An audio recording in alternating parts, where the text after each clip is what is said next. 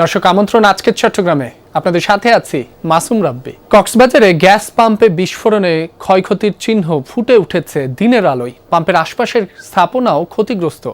এ ঘটনায় দগ্ধ 7 জন এখনো চিকিৎসাধীন। এর মধ্যে 6 জন চট্টগ্রাম মেডিকেলে, 3 জনের অবস্থা আশঙ্কাজনক। দিনের আলোয় স্পষ্ট কক্সবাজারে গ্যাস স্টেশনে বিস্ফোরণের ক্ষতচিহ্ন। পাশের দুটি বসতঘর এবং গ্যারেজে থাকা 20টি ট্যুরিস্ট জিপও পুড়ে ছাই হয়ে গেছে। এমন বিজলির মতো একটা আগুন আসছে যেটা কেউ আশাবাদী ছিল না। আমার পরিবার একদম বলা যায় নিঃস্ব হয়ে গেছে। আমার ফ্রিজ থেকে শুরু করে সবগুলি শেষ।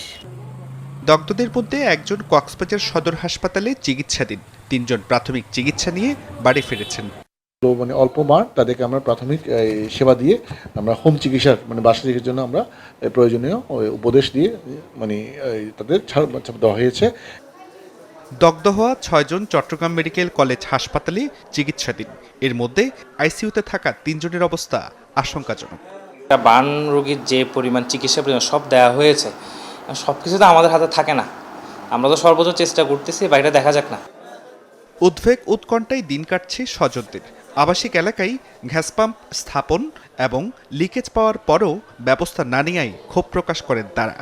কেন যে এখানে করলো আর কেন যে অনুমোদন দিল নাকি অন্যায়ভাবে করলো সেটাই বুঝতেছি না। এলাকার যদি লোকজনকে সতর্ক করতো তাইলে আজকে এত বড় দুর্ঘটনাটা ঘটতো না। ওইখানে নাকি গ্যাসের ব্লাডারটা নাকি লিক হয়ে গেছে।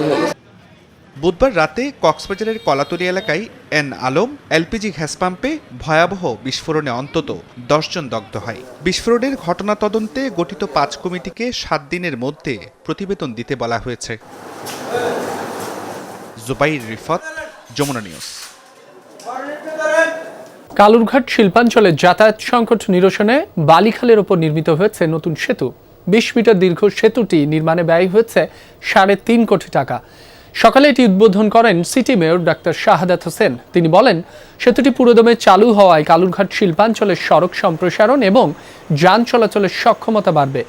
এছাড়া খালের পানি প্রবাহ বাড়বে, ফলে বর্ষায় জলাবদ্ধতা কমবে বলেও আশা প্রকাশ করেন তিনি। পবিত্র রমজান উপলক্ষে বাংলাদেশ শ্রমিক কল্যাণ ফেডারেশনের উদ্যোগে চট্টগ্রামে আলোচনা সভা অনুষ্ঠিত হয়েছে। স্টেশন রোডে অনুষ্ঠিত এই সভায় বক্তারা বলেন, দেশে দুর্নীতি অপশাসন দূর করতে কুরআনের আদর্শ প্রতিষ্ঠার বিকল্প নেই। কাঙ্ক্ষিত নাগরিক অধিকার ও ন্যায়ভিত্তিক সমাজ ব্যবস্থা নিশ্চিত করার আহ্বান জানান তারা। সভায় বিভিন্ন রাজনৈতিক দল এবং ফেডারেশনের নেতারা বক্তব্য রাখেন। দর্শক, বন্দরনগরীর ইফতার বাজারের খবর জানবো। যুক্ত হচ্ছেন সহকর্মী শহীদুল সুমন। সুমন, আপনি যে ইফতার বাজারে রয়েছেন সেখানে কোন ধরনের ইফতার আইটেমের বেচা কেনা জমে উঠেছে? মান নিয়ে ক্রেতারা কি বলছেন জানাবেন। মাসুম, এক ধরনের ক্রেতার কিন্তু এক ধরনের চাহিদা খাবারের।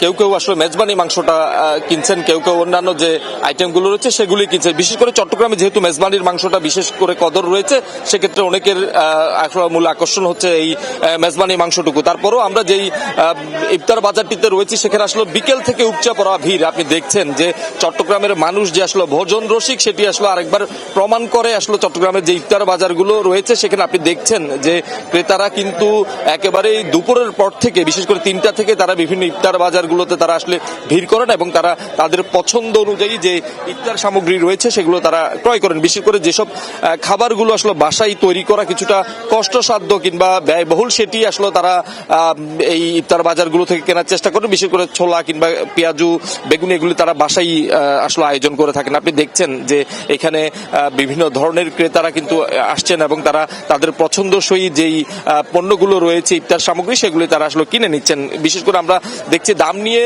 ক্রেতাদের মধ্যে কিছুটা মিশ্র প্রতিক্রিয়া রয়েছে। কেউ কেউ বলছেন গত বছরের তুলনায় বিভিন্ন পদের যে ইফতার সামগ্রী রয়েছে সেগুলির দাম কিছুটা বেড়েছে। তবে এখানকার যারা বিক্রেতারা রয়েছেন তারা আসলে বলছেন যেহেতু দ্রব্যমূল্যের দাম কিছুটা বেড়েছে বাজারে, সেক্ষেত্রে তাদেরকেও আসলে সেই বাজার মূল্যের সাথে সঙ্গতি রেখে এখানেও কিছুটা বৃদ্ধি করা হয়েছে। তবে কেউ কেউ ক্রেতারা বলছেন যে আসলে যেহেতু মান যাচাই তারা করেই ইফতার বাজারগুলো কিনছেন, সেক্ষেত্রে যেই সব বাজারগুলোতে মান কিছুটা ভালো খাবারের, সেক্ষেত্রে তারা সেখানে দামের সাথে কিছুটা তারা কম্প্রোমাইজ করে নিচ্ছেন। অর্থাৎ ভালো মানের খাবার তারা যেখানে পাচ্ছেন সেখানে একটু দাম দিয়ে হলেও তারা সেখান থেকে কেনার চেষ্টা করছেন।